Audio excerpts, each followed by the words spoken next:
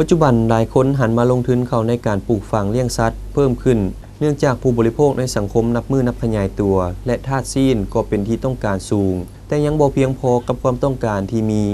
ดังทานนางสุกัญญาราชสมบัติเจ้าของสุกัญญาฟาร์มที่ได้มาตั้งฟาร์มเลี้ยงแบ้อยู่เขตเมืองสังทองนับแต่ปี 2013 โดยนำใช้ประสบการณ์ความรู้ด้านวิชาการจากครอบครัวบวกใส่ท่าแหงก็คือสถานที่ที่มีเกือบ9 เฮกตาร์เพื่อสร้างเศรษฐกิจครอบครัวของตนให้มั่นคงก้าวหน้าซึ่งลงทุนเบื้องต้นรวมทั้งหมดเกือบ500 ล้านเข้าใส่เนื้อที่ปลูกคอกซื้อแบ้และอื่นๆเพื่อเพาะพันธุ์ขยายแบ้ออกจำหน่ายมาฮอดปัจจุบันแม้นมีการขยายตัวบ่มีความยุ่งยากย้อนมีอุปกรณ์ครบสุดสถานที่เหมาะสมสะดวกด้านน้ำพอมีสายน้ำตอนเรียบข้างด้านตลาดการจำหน่ายก็บ่มีอุปสรรคเนื่องจากมีแม่ค้าประจำที่ฮู้จักหลายโดยขายในราคา 45,000 กีบต่อกิโลซึ่งขายเป็นตัวหนึ่งจะมีน้ำหนัก 40 กิโลขึ้นไปในต่อหน้ายังมีแผนจะนำงัวเข้ามาเลี้ยงเพิ่มซึ่งเป็นงัวขุนทั้งนี้ก็เพื่อสนองธาตุซีนเข้าสู่ตลาดและผู้บริโภคให้ได้หลายขึ้นก่อนเฮาเคยเลี้ยงหมูเนาะเลี้ยงหมูแล้วก็เลี้ยงปลาเลี้ยงแม่เฮาปี2000เฮา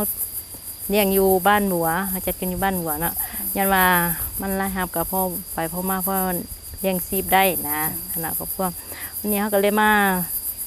มีทุนแน่เนาะมีทุนแน่เล็กน้อยเพราะว่าเฮามีทุนอยู่เมืองสังทองเฮามีดินมีดอนนะเลยว่าเลี้ยงแบนมันขยายตัวดีเพราะว่าปีนึงมันเกิด2 เทื่อเด้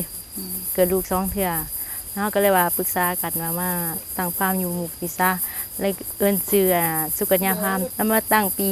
2013เฮาเริ่มต้นเอาแบกเข้ามาแบกจากบ้านเฮาแน่แล้วจากเพื่อนบ้านเฮาแน่เบื้องต้นมาเฮาก่อนสิเอาแบกมาลงนะเฮาก็ต้องได้มาปลูกหญ้าซะก่อนปลูกหญ้าเพื่อมันมี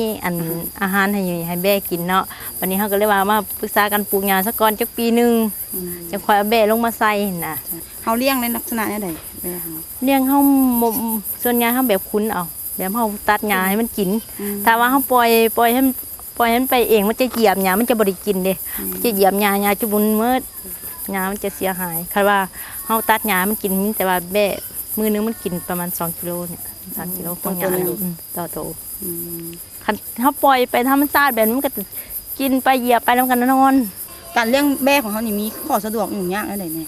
เลี้ยงแบะมันก็สะดวกมีแต่ว่ายามฝนนี่น่ะก็ยามเรามันอยากกันนี่มันก่อนขายอย่างเงี้ยเพราะว่าฝนร้ายมันก็เขาก็บ่อยากปล่อยมันลงถึงน้ำเพราะว่าแบกกับน้ำมันก็มาถือกันอยู่แล้วเนาะ